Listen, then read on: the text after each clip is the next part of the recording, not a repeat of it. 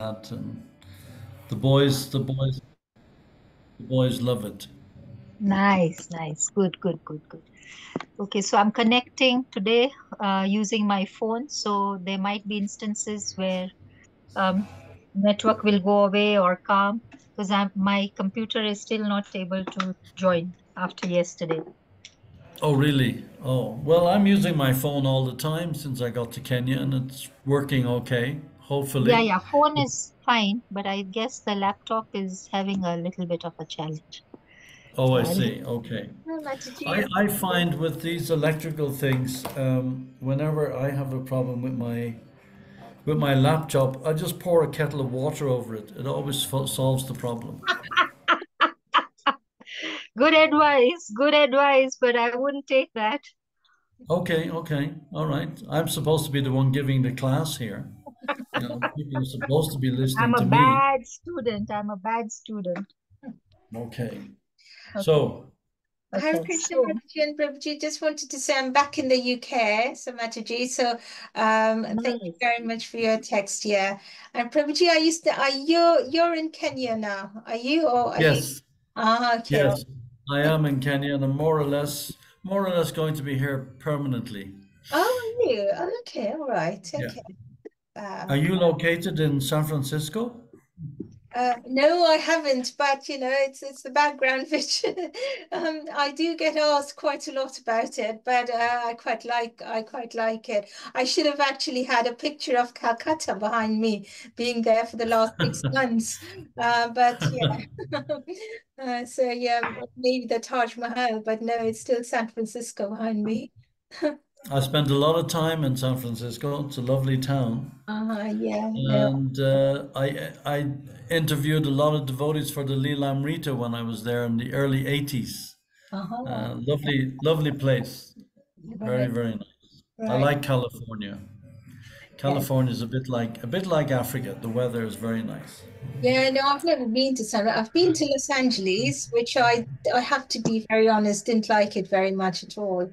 Um, Apart from Watseka Avenue, Los Angeles doesn't have much to offer at all. but yes, I haven't been to San Francisco, but maybe someday. Yeah. Yeah, yeah. First Rath Yatra, San Francisco. Oh, was it? Oh, I didn't know that. wow. Oh, okay. Yeah, first Rath Yatra in the movement was in San Francisco, organized by Jayananda Prabhu. Yes. And he donated $5,000 in 1967, $5,000 to help Prabhupada publish his books. Can you imagine? Yes, I He did just hear gave that his life, story. He gave was, his life savings. And that's why we have Jayananda Prabhu's picture on every Rath cart since then around the world. Prabhupada said when Jayananda left his body, he died from cancer. Prabhupada said he went straight back to Krishna. And he said from now on, we should all have Jayananda's photograph on every Rath cart and every Rath Yatra in ISKCON around the world, which we do to this day. Oh, wow. I didn't know I that. got yeah, I think he was a teacher, wasn't he? That Jananda Prabhu, he was a teacher, I think. But Prabhuji will be able to confirm. Yeah. Okay, so Was let us So, start. yeah. okay, let Let us us start. start. We're on Uh, the Srimad Bhagavatam. Are we doing the Mangala Charan? Who's doing the Mangala Charan? anybody volunteers to do the Mangalacharan, or I can go ahead? Any Um, volunteer? yes, Mataji, I can do that if you want me All to. right. Okay. Okay. Hare Krishna. Thank you so much. Yeah, just give me a second, Mataji.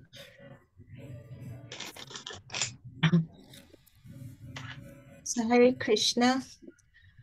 Om Jnana-timirandhyasya Jnananjana-shalakaya Chakshurunmilitam Yena Tasmai Shri Gurave Namaha Shri Chaitanya Manobhishtam Stapitam Yena Bhutale Swayam Rupa Kadamayam Dadati Swapadantikam Vandeham Shri Guru Shri Yuta Padakamalam Shri Gurun Vaishnavamscha Shri Rupam Sagrajatam Sahagana Raghunathan Vitam Tam Sajivam Satvaitam Savadutam Parijana Sahitam Krishna Chaitanya Devam Shri Radha Krishna Padana Sahagana Lalita Shri Vishakha Vidamscha Jai Shri He Krishna Karuna Sindhu Dina Bandhu Jagatpate Gopesha Gopika Kanta Radha Kanta Namastute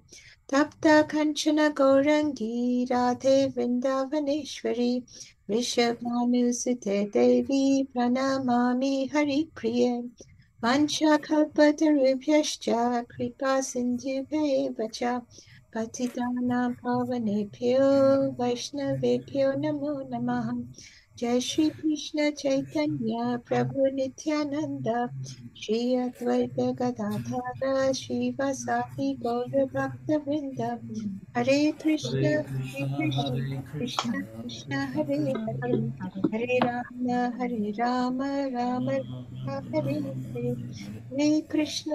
Krishna, Krishna Krishna Hare Krishna, Hare Hare Hare.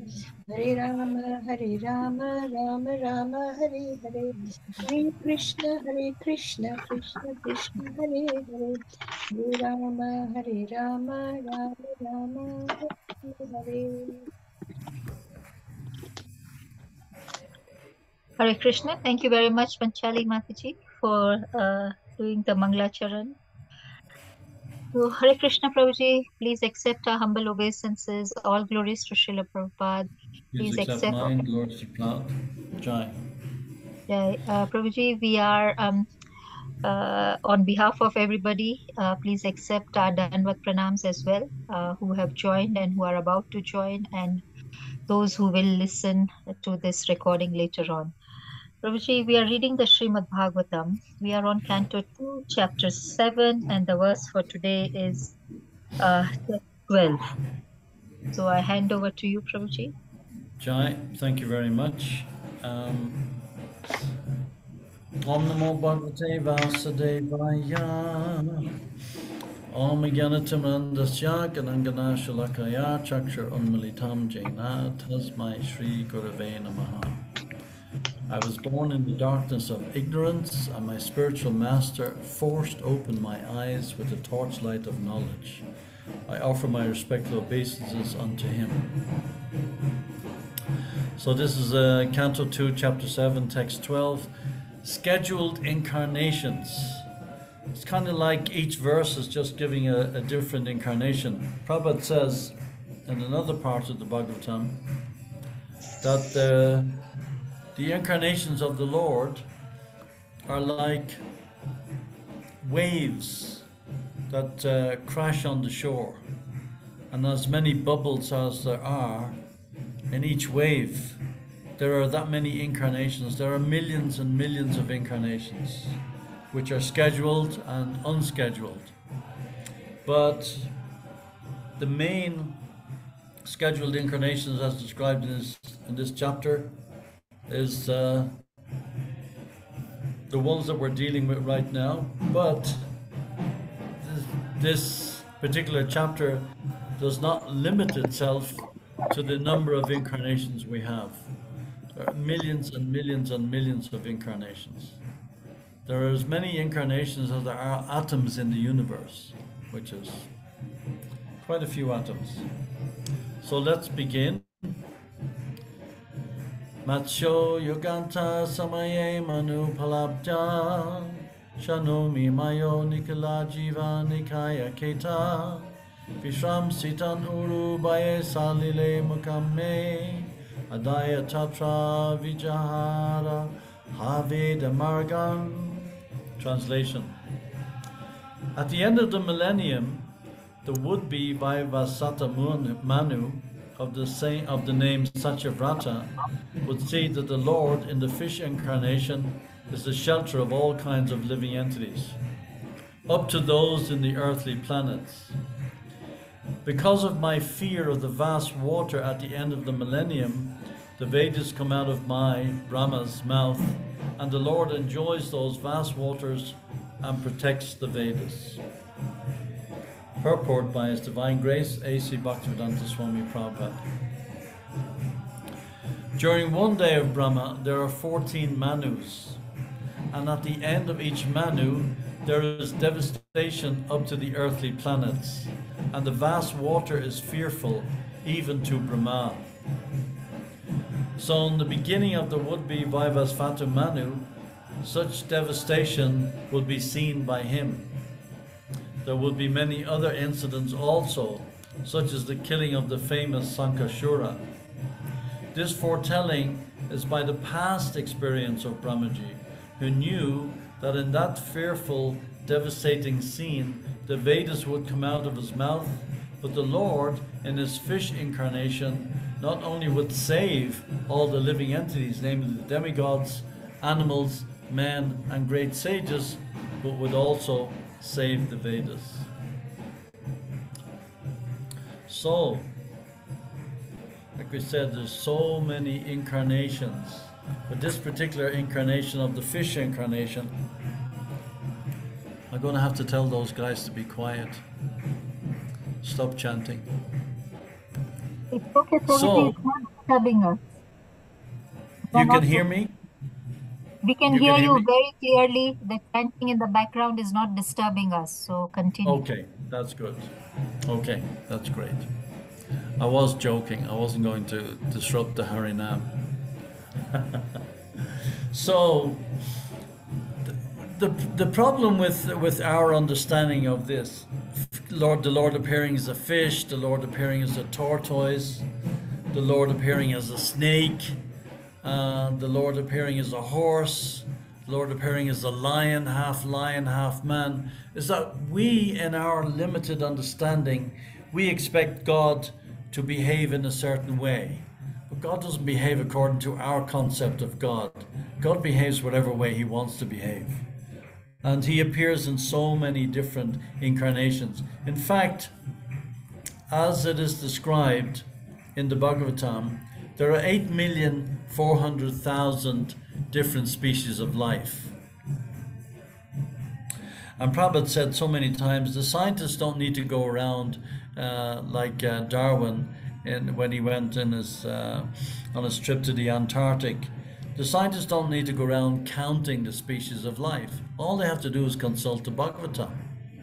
And if we read in the fourth chapter of the Bhagavad Gita, why does the Lord appear? He appears in that famous verse, Paritranaya Sadhunam, to deliver the pious and to annihilate the miscreants, as well as to re-establish the principles of religion. I myself appear millennium after millennium. So it's described here in the purport that there are 14 Manus in a day of Brahma. And at the end of the life of each Manu, there's a partial devastation. So one day of Brahma, which is 24 hours, according to different versions of the scriptures that you read, it's either 8.4 billion, or if you take a day, that'd be 4.2 billion. So within that 4.2 billion, and that's one day of Brahma. Brahma lives for 100 years. So you multiply that 8.4 billion, multiply that by 365 days, which would be 1 year, and then multiply that by 100. The time is inconceivable. From our perspective, we can't even conceive of such a time. In that purport in the Bhagavatam at the beginning of the fourth chapter, I think it's around verse 4, Prabhupada is describing how the Bhagavad Gita was spoken to the sun god, Vivasvan, over 120 million years ago by current calculation. And then, of course, in the course of time, the knowledge was lost, and then Krishna came again to re-establish it. So all these different incarnations, they come for a purpose. And that purpose is quite like, for instance, in the Bible, you have a story of the flood in the Bible. So and then here it is described. Here's the fish incarnation, Matsya appearing, the Supreme Personality of Godhead, Hari. He's eternally situated in his transcendental position, eternally. So if he appears as a fish If he appears as a pig or a boar, and then he's still the Supreme Lord. If he appears as Gopal, sucking the breast of Putana, who tried to kill him with the poison, he's still the Supreme Lord. Because we cannot equate the Lord with our understanding. The Lord is vast. And his incarnations are vast, inconceivable. But he appears in these leelas just to satisfy the devotees, to annihilate the demons and to satisfy the devotees. His first mission is to satisfy the devotees, to please the devotees. Declare it boldly, O Arjuna, my devotee never perishes. But he descends in the material world and manifests himself in various incarnations. And this is the first incarnation, that of a fish. So, what was the purpose? To accept this, what we might consider, in some ways, an abominable form. I mean, you could say to appearing as a pig is also a somewhat lower class form, but that's the Lord. Again, we can't confine the Lord to our idea of who is God or what he should do, what he shouldn't do. God does whatever he wants. He's completely independent. So just like the Lord appeared as a fish, but not forced into the body of a fish as an ordinary living being, excepting forced to live under the laws of karma. The form of a fish is certainly condemned according to the laws of karma and is full of terrible pain. So what is the purpose of this incarnation? Is it considered to be auspicious? Is it inauspicious? What is the purpose? So when Maharaj Parikshit inquired from Shukadeva Goswami about this very purpose, then Shukadeva was very pleased with this question. It's a natural question to ask. So for the sake of protecting the devotees, then the Lord appeared. But in this case, particularly to save the Vedic scriptures. Because at the end of Brahma's day, then Brahma, naturally, he goes to sleep. So when he's going to sleep, he's reciting the Vedas constantly. But as he's going into a semi-conscious state, then of course the demon appeared, Hayagriva, and tried to steal the Vedas. So the Lord appeared in his fish incarnation to save the Vedas. So for the sake of protecting cows, Brahmins, demigods, devotees to Vedic literature, religious principles, then to fulfill the principles of the purpose of life, the Supreme Personality of Godhead accept different forms of different incarnations at different times. So how can we understand this idea of a fish or a pig or a horse or whatever the case may be? So Prabhupada explains that just like air, when air is passing over a field of, say, beautiful roses or flowers or whatever, then it brings on that beautiful aroma. And the air might pass over a place where garbage is being dumped, and it will bring also that smell. But the air is completely neutral. So the Lord, he can appear in any atmosphere. Although appearing sometimes as a human being, sometimes as a lower animal, he's always transcendental. But because he's above the modes of material nature, he's unaffected by anything that he comes in contact with. He's unaffected by the higher or lower forms. So at the end of Brahma's day, because Lord Brahma sleeps during the night, annihilation takes place, partial annihilation. So the three worlds, the up to the earthly regions, they were covered by water. So at the end of Brahma's day, when he fell asleep and desired to lie down, the Vedas, because they were emanating from his mouth, the great demon Hayagriva stole the Vedic knowledge. So when we understand the acts of the great demon, the Supreme Personality of Godhead, Hari, he's full of all opulences. He assumes the form of a fish to save the Vedas by killing the demon. Because if the Vedas were lost, there's always conflict between the demon and the devotee. Always. We think that, these leelas or these stories belonged in a different age at a different time. And they did, and they do. But at the same time, we should understand that there's always permanently, eternally conflict between the Rakshasas, between the Asuras, between the demons, the Devatas, and the devotees. And it's going on to this day. And we see it all over the world. We see the manifestation of the modes of nature and the ugra karma that's going on all over the world, and the devastation that it's bringing into people's lives, and how people are completely and totally riddled with anxiety constantly, 24 hours a day. So the Lord comes in his different incarnations to give us hope, to give us shelter, to give us succor, so as we can take shelter in the personality of the Lord. So we shouldn't think that because the Lord is appearing in the form of a fish, that he's been relegated to that particular body. So there was a great king in ancient times during the Chakshusha Manvantara. He was a great devotee of the Supreme Personality of Godhead. His name was Satyavrata. And he performed austerities by subsisting only on water. Only. So this king, Satyavrata, he later became the son of Vivasvan, the sun god, and was known as Shraddhadev. By the Supreme Personality of Godhead, he was given the post of Manu. So one day, while King Satyavrata was performing austerities by offering water on the banks of the river, a small fish appeared in the water and jumped into his palms. So the king was a little surprised at this, but he threw the fish out into the water. Tiny little fish, like a little goldfish. And it's in all the paintings in Prabhupada's books, the Lord in the form of Matsya, he's appearing as a goldfish. And then he gets bigger and bigger and bigger. So as he threw the fish into the water, then along with the water from the palm of his hand, with an appealing voice, the poor small fish said to the king, "My dear king, protector of the poor, why are you throwing me in the water of the river, where there are other aquatics who can kill me?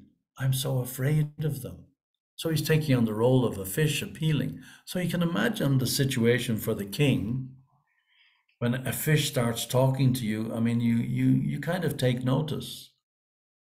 So the king, being very merciful to please him, not knowing that the fish was the Supreme Personality of Godhead, decided with great pleasure to give the fish protection. That is the nature of a kshatriya.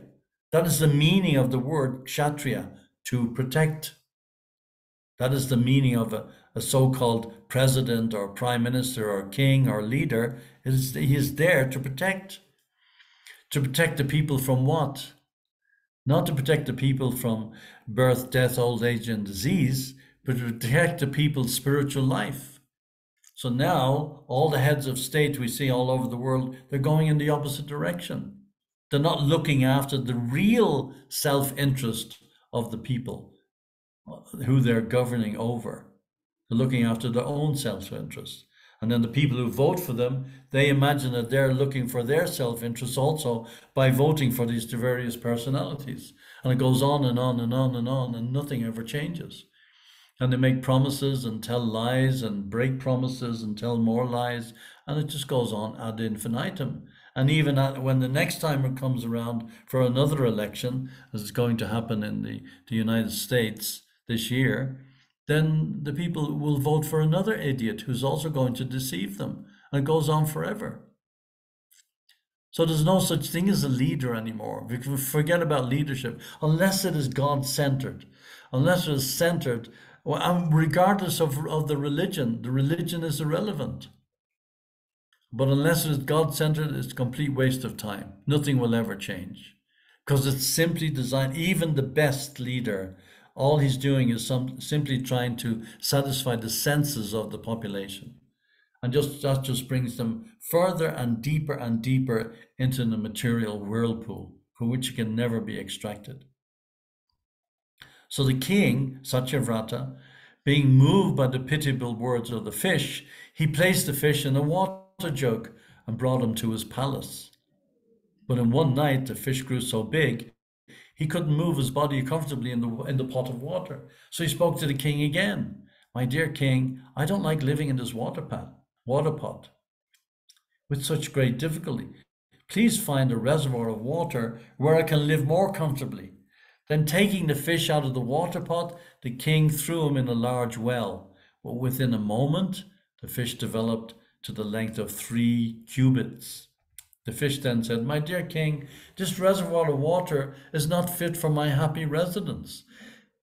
Please give me a more extensive pool of water, for I have taken shelter of you. The fish then said, O king, I'm a large aquatic. This water is not at all suitable for me. Now kindly find a way to save me. It would be better to put me in the water of a lake that will never reduce. When thus requested, King Satyavrat took the fish to the largest reservoir of water he could find, but that also proved insufficient. The king at last threw the gigantic fish into the ocean. It's not mentioned, by the way, how the fish was growing bigger and bigger and bigger and bigger, and how the king managed to carry him, but we can only assume that it's part of the Leela. While being thrown in the ocean, the fish said to King Satyavrat, O hero, in this water there are very powerful and dangerous sharks that will eat me. Therefore, you should not throw me in this place. After hearing these sweet words from the Supreme Personality of Godhead in the form of a fish, the king, being bewildered, asked him, Who are you? You simply bewilder me. My lord, in one day you have expanded yourself for hundreds of miles, covering the water of the river and the ocean. Before this, I had never seen or heard of such an aquatic animal. You are certainly the inexhaustible Supreme Personality of Godhead, Narayan Sri Hari. It is to show your mercy to the living entities that you have now assumed the form of an aquatic. O my Lord, Master of creation, maintenance and annihilation, O best of enjoyers, Lord Vishnu, you are the leader and destination of surrendered devotees like us. Let me offer my respectful obeisances unto you. All your pastimes and incarnations certainly appear for the welfare of all living entities. Therefore, my Lord, I wish to know the purpose for which you have assumed this form of a fish. So you see, the king was intelligent. So he finally realized that the fish is actually the Supreme Personality of Godhead, Matsya. But then having realized that, then he wanted to know, based on the Bhagavad Gita, I descend to please the devotees and to annihilate the demons. So he wanted to know, what is this particular incarnation there for? What is the purpose for which you have assumed this form of a fish? O my Lord, he went on to say, possessing eyes like the petals of a lotus, the worship of the demigods who are in the bodily concept of life is fruitless in all respects.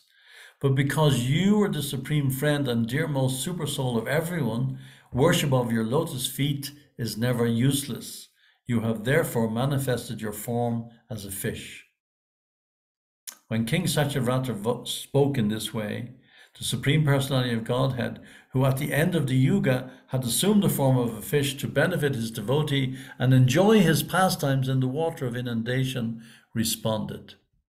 So you see, this is also another point. The Lord wanted to enjoy this particular pastime. Prabhupada says, out of the 8,400,000 species of life, the Lord appears in every single one. So we know the famous ones, but the Lord appears in every single one. So we can imagine the Lord appearing as a pig, as a boar, as a fish, as a tortoise, as a lion. Then it's not inconceivable if we extend that to understand that the Lord appears in every single species of life. So the Supreme Lord said, O King, who can subdue your enemies? On the 7th day from today, the 3 worlds, Bhu, Bhuva, and Swa, remember that from the Gayatri, will all merge into the water of inundation. So we have this story of Noah in the Bible. Noah was warned by the Lord that he should build an ark and bring all the species of life into the ark to save from the inundation. The earth was going to be flooded. It's there in the Quran, it's there in the Torah, it's there in the Bible. And then Noah brought the species of life and so on and so forth. And that's how the devastation, even though there was a devastation, Noah was able to save all the different species of life. It's a kind of a little bit of a minor reflection of the original story of the Bhagavatam. But nonetheless, the point is that these stories of the inundation or flooding is there in all the cultures of the world. It's there in the ancient Chinese culture, it's there in the ancient Aztec culture of South America, it's there in the culture of the Indians in North America. All these stories, they're all there, which goes to prove that there was previously, Bharatvarsh covered the entire planet. Maharaj Yudhisthira, he was the king of the entire planet. So it's not like that the planet was broken down into different countries. There was one king, there was one leader, and they were all devotees of the Lord. But then, of course, over a period of time, it degraded. So the Lord went on to say, when all the three worlds merge into the water, a large boat sent by me will appear before you. Thereafter, O king, you shall collect all types of herbs and seeds and load them on the great boat. Then, accompanied by the 7 rishis and surrounded by all kinds of living entities, you shall get aboard that boat, and without moroseness, you shall easily travel with your companions on the ocean of inundation. The only illumination being the effulgence of the great rishis. So it goes on to describe that this journey, if we can call it that, of this transcendental boat, this was for the night of Brahma. So I mean, time is inconceivable. Krishna says in Bhagavad Gita, time I am. So time is not only linear. Just like in Krishna Leela, when we read in the 10th canto, on the night of the Rasa Leela, when the gopis went out with Krishna to dance in the Rasa Leela, it is described there, although it was one night in our time, so to speak, but it was actually a night of Brahma. So how does a night of Brahma fit into one night of our time? It's inconceivable. The Lord is beyond comprehension. And if we try to measure the Lord by our tiny little pea brain, we'll just be completely bewildered. Then the Lord goes on to say, as the boat is tossed about by the powerful winds, attach the vessel to my horn by means of the great serpent Vasuki, for I shall be present by your side. Pulling the boat with you and all the rishis in it, O king, I shall travel in the water of devastation until the night of Lord Brahma's slumber is over. So, I mean, that's again 4.2 billion years. I mean, these numbers are just inconceivable to us. But imagine these vast, vast, vast numbers, as big as they are. One night of Brahma, one day of Brahma, billions of years, trillions of years, whatever number you want to look at, the number is inconceivable. And then multiply that by Brahma's month, Brahma's year, and then Brahma's 100 years. All of this is one breath of Lord Vishnu. I mean, it's just beyond comprehension. So the Lord is saying that the water of devastation will last until the night of Lord Brahma's slumber is over. You will be thoroughly advised and favored by me, and because of your inquiries, everything about my glories, which are known as Param Brahma, will be manifest within your heart. Thus you will know everything about me. After thus instructing the king, the Supreme Personality of Godhead immediately disappeared. Then King Satyavrat began to wait for that time when the Lord had instructed. After spreading Kusha with its tips pointing east, the saintly king, himself facing the northeast, sat down on the grass and began to meditate upon the Supreme Personality of Godhead, Vishnu, who had assumed the form of a fish. Thereafter, gigantic clouds poured incessant water, swelling the ocean more and more. Thus the ocean began to overflow onto the land and inundate the entire world. As Satyavata remembered the order of the Supreme Personality of Godhead, he saw a boat coming near him. Thus he collected herbs and creepers, and accompanied by saintly Brahmins, he got aboard the boat. The saintly Brahmins, being pleased with the king, said to him, "O king, please meditate upon the Supreme Personality of Godhead, Keshava. He will save us from this impending danger and arrange for our well-being." Then, while the king constantly meditated upon the Supreme Personality of Godhead, a large golden fish appeared in the ocean of inundation. The fish had one horn and was 8 million miles long. I mean, these figures, I don't know, a fish 8 million miles long. It is described in Krishna book also, when Krishna and Balaram jumped off the mountain. That mountain is described as being 120 yojanas high. 1 yojana is 8 miles. So if you multiply 120 by 8, nearly 1,000 miles high. I mean, these figures are inconceivable. And these are the pastimes of the Lord on earth with us. A night of Brahma is squeezed into one night in Earth's time. These are inconceivable figures. 8 million miles long the fish was. Following the instructions formally given by the Supreme Personality of Godhead, the king anchored the boat to the fish's horn, using the serpent Vasuki as a rope. Thus being satisfied, he began offering prayers to the Lord. The king said, "By the grace of the Lord, those who have lost their self-knowledge since time immemorial, and who because of ignorance are involved in a material conditional life full of miseries, obtain the chance to meet the Lord's devotee. I accept that Supreme Personality of Godhead as the Supreme Spiritual Master." So it's inconceivable how many lifetimes of Brahma have we been lost in the material whirlpool. For it's just beyond comprehension. And here we are now in this lifetime, in this year 2024, and we have this opportunity to get out of this cycle of birth and death and be serious about spiritual life and really take to the process and really just accept it and just follow the instructions of Krishna in Bhagavad Gita. In the hopes of becoming happy in this material world, the foolish conditioned soul performs fruitive activities that result only in suffering. And those are the recommended sacrifices.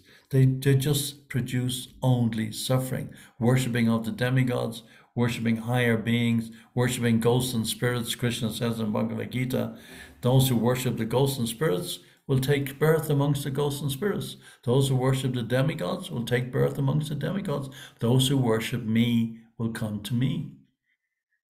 But by rendering service to the Supreme Personality of Godhead, one becomes free from such false desires for happiness. It's just not in our interest.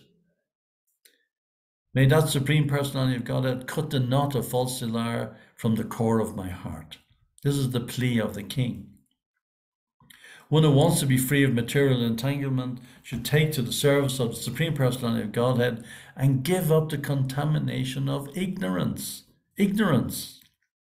The very word itself is coming from the word ignore. We're ignoring the instructions of the Supreme Lord. We're ignoring the instructions of Bhagavad Gita. And we end up in misery. And we think we're making progress. Involving pious and impious activities. So it doesn't make any difference. Whether it's pious or impious, it's irrelevant. It still involves karma. You may get good karma, so-called, or you may get bad karma, so-called, but it's still karma.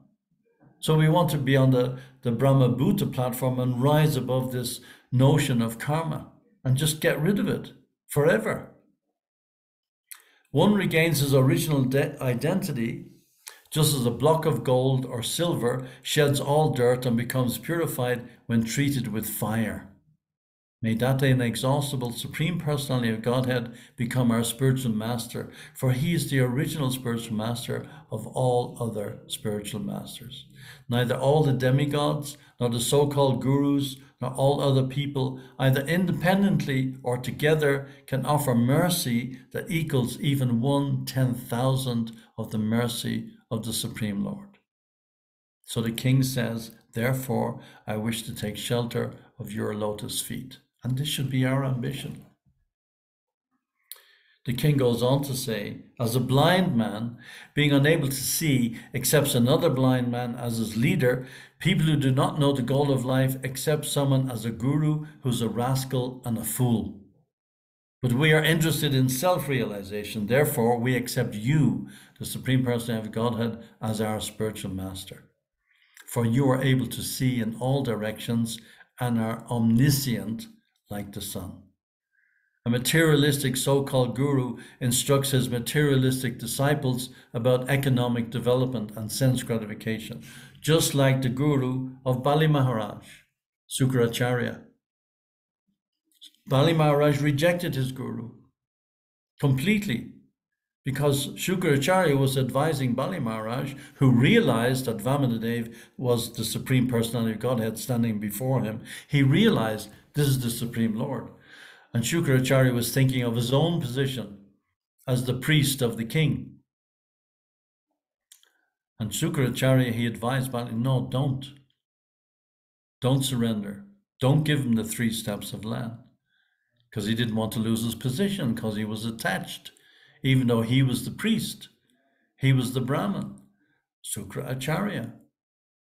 But he wasn't above the modes of material nature. He was thinking of his own self-interest, which wasn't ultimately his own self-interest. He was being selfish. But Bali Maharaj, he knew better, and he surrendered. He surrendered everything. And when the Lord put his foot on his head, Bali Maharaj was pushed down to the hellish regions. But he didn't care, because he had the foot of the Supreme Lord on his head. But don't accept the instructions because of such foolish instructions. The foolish disciples continue in the materialistic existence of ignorance, but your Lordship gives knowledge that is eternal, and the intelligent person receiving such knowledge is quickly situated in his original constitutional position. My Lord, you are the supreme well-wishing friend of everyone, the dearmost friend, the controller, the supersoul, the supreme instructor, the giver of supreme knowledge, and the fulfillment of all desires. For although you are within the heart, the foolish, because of lusty desires in the heart, cannot understand you. So when we plant this seed of the devotional creeper, we have to nourish it very, very carefully. We have to really, really take care of it. Because along with the devotional creeper, along with the devotional plant, the weeds also grow up. So we have to root out those weeds: lust, anger, and greed, the 3 gates leading to hell. And just cut them out. Because of lusty desires in the heart, then the foolish person cannot understand you. For self-realization, the king goes on to say, I surrender unto you, who are worshipped by the demigods as the supreme controller of everything. By your instructions, exposing life's purpose, kindly cut the knot from the core of my heart and let me know the destination of life. So this is a tough one to say. This is a tough one to really wish for. Cut the knot of my material desires.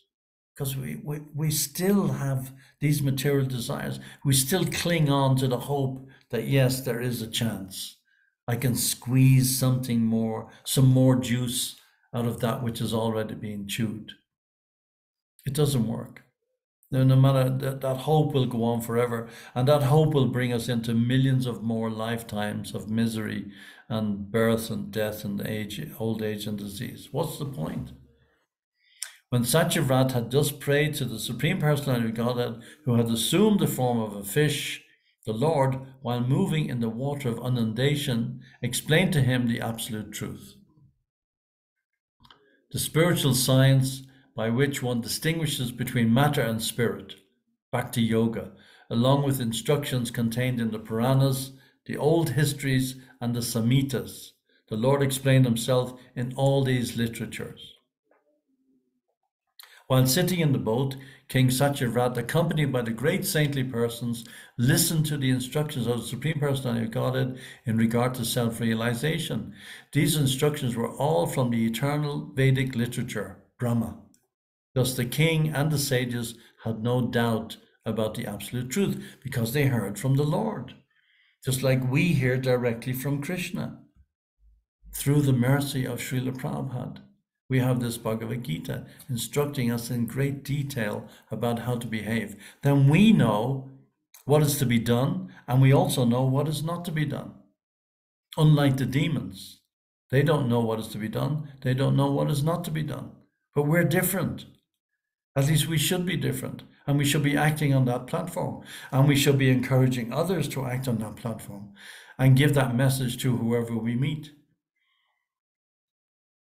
So at the end, the Supreme Personality of Godhead killed the demon Hayagriva and delivered all the Vedic literatures to Lord Brahma when Lord Brahma awakened from his sleep.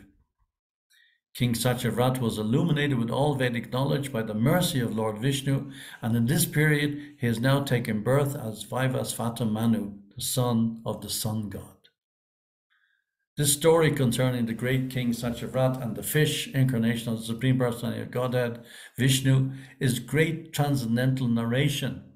The Bhagavatam goes on to say, anyone who hears it is delivered from the reactions of sinful life just by hearing it. One who narrates this description of the Matsya incarnation and King Satyavrat will certainly have all his ambitions fulfilled, and he will undoubtedly return home back to Godhead. I offer my respectful obeisances unto the Supreme Personality of Godhead, who pretended to be a gigantic fish, who restored the Vedic literature to Lord Brahma when Lord Brahma awakened from sleep, and who explained the essence of Vedic literature to King Satyavrat and the great saintly persons.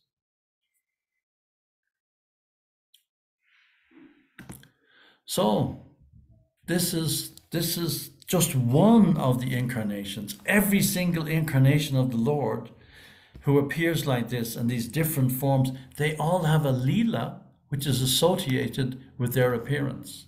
Every one of them. And that Leela is extraordinary. And if we listen to these Leelas and we take stock of them, those who narrate it, as it is said in the Bhagavatam, and those who hear it, guaranteed to go back to Godhead.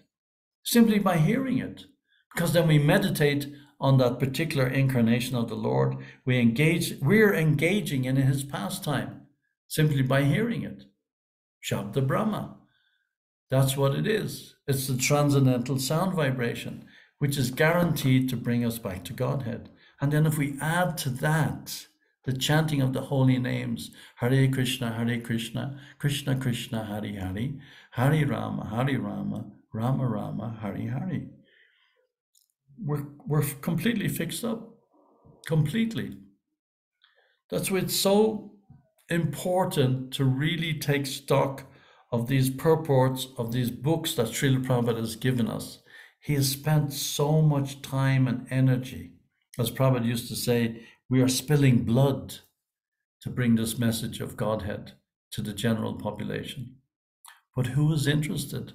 Who is taking it up? The situation is urgent. It's more urgent than ever, and it grows more urgent day by day.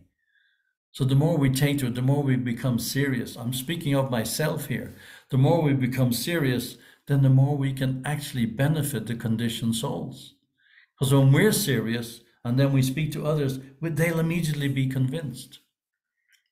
And we're not just talking off the top of our head. It's an actual realization that there is no other way. There is no other way. There is no other way. So it's a stark reality, And it sounds very harsh, but look at the effort the Lord has made himself to bring this message of love of Godhead to us, and all the different forms and all the different incarnations. This particular chapter, it only gives a list basically with brief purports by Srila Prabhupada describing the scheduled incarnations. But each and every incarnation that is described by Prabhupada in this chapter is a whole Leela attached to that in itself. And those Leelas indirectly are described in all the other scriptures of the world, even in the Abrahamic tradition, described in the Bible, the Torah, the Quran. They're all there, but they're kind of hidden. At least in the Vedic literatures, everything is out in the open, everything is easy for us to understand and appreciate, especially with Prabhupada's explanations. Prabhupada has done so much for us. Inconceivable how we would ever even begin to think of repaying Prabhupada for what he has done for us. So we should worship Prabhupada's lotus feet constantly, 24 hours a day. Not only in Guru Puja, not only on Vyasa Puja, 24 hours a day. We owe a great debt of gratitude to Srila Prabhupada. He is definitely the savior of the most fallen, a Shaktavesha avatar himself. Prabhupada will be in the scriptures for the next 10,000 years. His glories will be spread all over the universe, the Jagat Guru. So I'll stop there. If there are any questions or comments, I'd be very happy to try and see if I can give any answers, but I prefer comments because I don't have any answers to anything. Comments are much easier to deal with. Jai, thank you very much. Thank you for your patience. Very grateful. Hare Krishna. Hare Krishna, Prabhuji. Thank you so much for today's session and immersing us in this Leela of the Matsya Avatar. And a lot of, for me, I learned a lot of things, but I also got confused.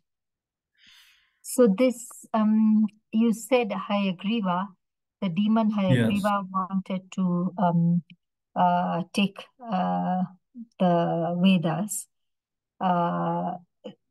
So, and we know, we studied two texts before that there was Hayagriva also as an incarnation. Yes, different Hayagriva. Sorry? A different Hayagriva. Yeah. So that was the Lord incarnation Hayagriva, Yes. and this demon. Yes. So this Hayagriva demon, did he have the horse face as well? Yes, Or... he appeared in the form of a horse, disguised as Hayagriva, the Lord, so as he could take as Brahma was going to sleep. You know, when you're yourself, Brahma's a person, like we are persons. The Supreme Lord is a person. You know yourself when you're in that mood where you're ready for bed and you're kind of like drowsy. So he appeared in that form to kind of, what would you say? Deceive. Pull a fast one on Brahma. So as Brahma would give him the Vedas in order to, just like Mohini Murti, when Rahu appeared in the middle of the Devatas, Mohini Murti immediately recognized Rahu and chopped off his head. But it was too late because he had already got the Amrit in his throat. So it was the same thing. He was disguised as a demigod, but Mohini Murti. So the fish incarnation immediately recognized and bumped him off. So he was gone. So that can be confusing, but that's the explanation. Yeah. Okay. Thank you. And then another, so I think the Lord is so kind that he even gives Brahma the time to rest. So I mean, why should Brahma rest? I mean, even if he has worked for these million years, but he has but he also is kind and saying, okay, you rest and I'll look after everything. So I was just thinking about that. And my third thing is, so every night whenever Brahma rests, is it the same Matsya avatar who comes to save the Vedas, or there are different avatars every night? I don't know the answer to that question. I would assume it would be. I don't know if the Lord appears at the end of every day of Brahma. I know the Lord doesn't appear on schedule, like Lord Chaitanya Mahaprabhu. His appearance is very rare. Lord Krishna's appearance is even rarer. So I don't know what the answer to that is. I'll have to look that one up. If he appears at the end of every day of Brahma, maybe he does. Maybe he does. Maybe Hayagriva doesn't attempt to steal the Vedas from Brahma at the end of Brahma's every day. I've no idea. I'll have to look that one up. I'll find out and I'll get back to you. Okay. And just a clarification that in one day of Brahma, there are 14 Manus. Is that correct? Yes. And I think, from what I remember, I think Prabhupada said we're halfway. We're halfway through Brahma's day. I think I vaguely remember Prabhupada saying in the Bhagavatam that maybe the Gita that we're on the seventh Manu, seventh or the eighth Manu, something like that. So we've a bit to go. So we have to get our act together. That's correct. Yeah. Thank you. Thank you for those clarifications. Are there any other questions or comments? I know we have 2 more minutes left, but if there are any questions or comments by the group. Hare Krishna, Prabhuji. Hare Krishna, everyone. Please kindly accept my humble obeisances. So good, Srila Prabhupada. Very nice, Prabhuji. Thank you. Thank you for an explanation. In the previous verse, 11, it already talked about Hayagriva as the incarnation of the Lord.